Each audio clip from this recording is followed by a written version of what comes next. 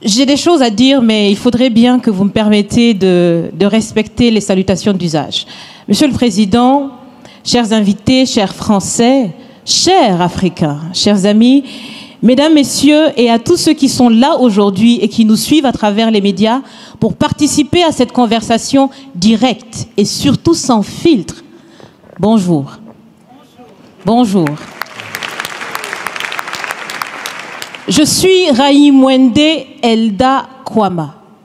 Je suis africaine, je suis burkinabé, je suis intègre. Merci. Nul besoin donc de vous préciser que mon interpellation sera celle de la vérité, de la sincérité et de la franchise. Sans filtre, Monsieur le Président. Mon point va s'articuler autour de tous ces imaginaires-là. Et s'il s'agit de parler des imaginaires et de ces concepts faux, incompatibles à la réalité de nos peuples, il faudra surtout parler du vocabulaire dépassé, inadapté, dévalorisant, qui réside encore dans vos discours et dans celui de vos institutions lorsque vous vous adressez à l'Afrique ou lorsque vous levez des fonds pour aider l'Afrique. Parmi ces expressions, il y en a une qui retient mon attention tout le temps et qui par fini me dérange. L'aide au développement. Monsieur le Président, l'aide, tant qu'elle n'aide pas, tant qu'elle n'amène pas à se départir de l'aide, comme le dit Thomas Sankara, il faut s'en débarrasser. Car l'aide, ce type d'aide-là rend esclave. Ce type d'aide-là empêche les peuples, les populations de s'en sortir par elles-mêmes, par leur propre capacité, parce qu'elles peuvent le faire, Monsieur le Président, et vous devrez le savoir. Le meilleur est en chacun d'entre nous, quelle que soit notre origine. Je continue donc pour vous citer ici Feu Joseph Kizerbo, un intellectuel africain, certainement que vous le connaissez. Vous lisez beaucoup, n'est-ce pas, Monsieur le Président? Il a dit, et je cite, « On ne développe pas, on se développe. » Fin de citation. Alors si on ne développe pas, on ne peut pas non plus aider à développer. Ça fait près d'un siècle que l'aide au développement se balade en Afrique. Ça ne marche pas.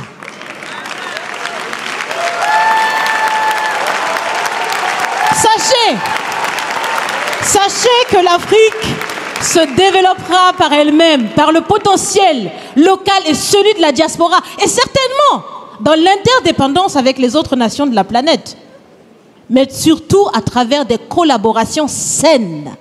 Je répète, saines, transparentes, constructives.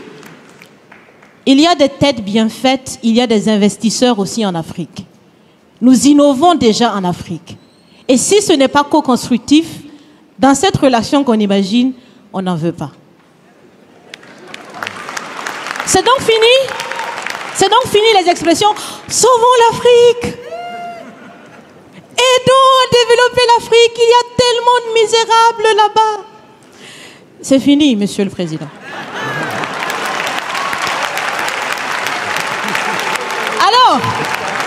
Alors, si on doit vivre ensemble, parce qu'il le faut à tout prix, ça sera dans l'interdépendance, je répète, mais surtout et aussi dans le respect et la valorisation des uns et des autres. Monsieur le Président, vous avez voulu ce sommet différent, vous nous avez appelés, nous, société civile, tout en sachant bien que tout ce qu'on peut faire, c'est dire ce qu'on pense. Vous êtes un président, vous pouvez prendre des décisions, que chacun prenne donc ses responsabilités dans ce sommet. Monsieur le Président, je vais vous proposer des actions concrètes. Est-ce que vous savez, je pense que vous le savez, l'AFD, l'Agence française de développement, fête bientôt ses 80 ans. C'est l'occasion de faire différemment. Changez déjà le nom, changez le fond. aussi bien dit, on veut des partenariats qui soient clairs, qui soient transparents, où nous aussi on peut parler, on a notre mot à dire, on peut aussi agir et on peut mettre aussi de l'intellect et des ressources financières sur la table de la discussion. Je vais finir parce que j'aime bien échanger avec Monsieur le Président. Mais je vais finir. Et je vous propose de visualiser avec moi ceci. Si la relation entre les pays d'Afrique et la France était une marmite, sachez qu'elle est très sale, cette marmite. Elle est sale de reconnaissance légère des exactions commises, elle est sale de corruption, elle est sale de non-transparence, elle est sale de vocabulaire dévalorisant, elle est sale, Monsieur le Président. Je vous invite à la recurer par des actions concrètes. J'ai déjà proposé des actions, commencez, mes amis le feront aussi. Si vous refusez de la laver, si vous voulez quand même préparer là-dedans, je ne mangerai pas. Nous ne mangerons pas. L'Afrique ne mangera plus. Le repas. Écoutez. Le repas.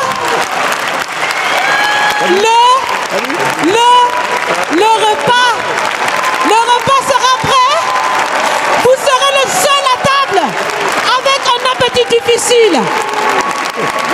À bon entendeur, salut. Merci. Si on dialogue, on s'écoute. Si vous m'avez écouté, vous ne m'avez pas entendu parler d'aide au développement.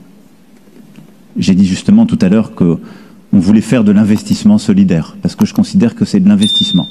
Et ce changement, on est en train de le porter, de le faire. Et donc, je dis ça parce que ce qu'on est en train de faire est très important. Et vous portez une énergie, une indignation, parfois une colère. Parce que vous subissez une colère de gens qui vous en veulent d'être ici aussi, qui vous mettent la pression. Mais c'est la vérité, vous l'avez dit à juste titre. Mais je ne voudrais pas non plus que vous vous mettiez à me reprocher tout ce que les autres ont pu faire ou font à côté, mais que j'ai décidé de ne plus faire moi. Parce que j'aurais le même sentiment d'injustice que vous. Donc, je partage totalement votre clarification sémantique. Je ne parle pas d'aide et je ne pense pas qu'on va développer quelqu'un ou développer un continent. Je pense que vous savez beaucoup mieux que moi, et vous l'avez d'ailleurs montré avec beaucoup d'énergie, ce qui était bon pour votre pays, ce qui était bon pour votre continent. Notre objectif, c'est de plus en plus d'accompagner des projets, de permettre par un partenariat de les faire. Donc, on parle plutôt d'investissement solidaire maintenant. Et pour être très concret, oui, pour changer le nom. Parce que je pense que ça le traduit.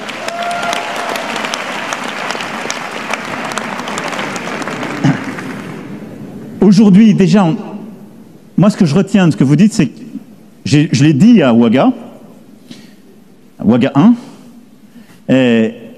on a commencé à changer beaucoup de choses, mais la méthode ne change pas assez vite. Et moi, c'est ce que je retiens aussi de ce que vous me dites et de vos interpellations. Et donc, aujourd'hui, on a bousculé quand même beaucoup de financements de projets. On a la moitié des projets qui sont financés par l'AFD, qui sont des projets qui ne passent plus par le gouvernement, d'ores et déjà. Je le dis parce que c'est souvent pas su, et c'est une petite révolution. La moitié. Il faut qu'on continue à monter. Malgré tout, à un moment donné, va se poser la question, je vous la pose en toute franchise, vous allez sans doute vous engager dans vos pays. Vous le faites pour certains déjà. Vous allez gagner des élections démocratiques.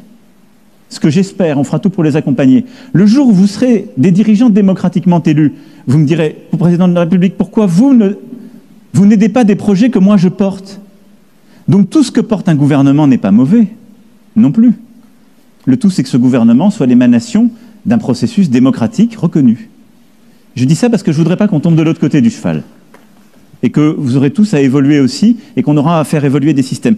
Il y a aujourd'hui des pays d'Afrique où les gouvernements sont démocratiques, respectent les règles, portent des vrais projets et on les accompagne. Et je l'assume totalement. Et il y a des projets qui ne sont pas portés par les gouvernements. Il y a des gouvernements avec lesquels parfois on durcit le ton. Certains d'ailleurs vous en venez. Et dans ces gouvernements, dans ces pays-là, on décide plutôt de financer des projets qui sont portés par la société civile. On va le faire de plus en plus, mais je ne voudrais pas qu'on tombe dans des caricatures, parce qu'il y a aussi des gouvernements en Afrique qui sont démocratiquement élus, qui ont le droit de porter des projets et de demander un investissement solidaire de la France ou de l'Europe. Ça, c'était mon point. Donc oui pour changer le nom, oui pour changer les termes, parce que je partage ce que vous avez dit et je l'ai moi-même défendu. Alors après, peut-être que pour les gens, ça n'a pas été clair, cette histoire de marmite, même si ça a suscité beaucoup d'enthousiasme. Oh si, c'était très clair. Donc, je vais essayer de redire où on en était de notre débat ensemble. Parce que je suis d'accord, je pense qu'il faut laver la marmite. Mais si vous êtes honnête avec moi, ce que j'ai dit, c'est on ne changera pas la marmite et il y aura toujours des traces. Et ça va faire le lien avec la question sur le pardon. On pourrait dire, c'est notre tentation à tous, il est sans doute possible que moi-même, dans mes engagements politiques, j'ai parfois cédé à ce désir ou cette expression de dire avec nous tout va changer, on va tout réinventer. C'est pas vrai. On est tous les enfants d'une histoire, les héritiers de cette histoire, elle pèse beaucoup plus lourd que nous, elle nous encombre. Et donc cette marmite, elle est en effet pleine de toutes les tâches que vous évoquez, elle est très... Et le ragoût qu'on y fait n'est plus très bon. Vous l'avez dit. Et donc, il faut à la fois continuer à faire des choses, parce que ce sont des projets, ce sont des vies. Et donc, j'assume complètement qu'on continue à investir, mais il faut changer les termes, le regard, et rééquilibrer la relation. C'est ce que vous me demandez. Là où je veux être clair, c'est quand je dis on ne la changera pas, c'est que c'est pas vrai qu'on oubliera le passé et ses blessures. Et donc, il faut les assumer. Et donc ça passe par un discours de reconnaissance, de considération et de capacité à aller au-delà. Voilà, mais je voulais être clair. Donc oui, on va relever les manches et on va la récurer. Mais il restera toujours des trucs. Mais surtout, on va faire beaucoup d'autres projets et on va regarder l'avenir.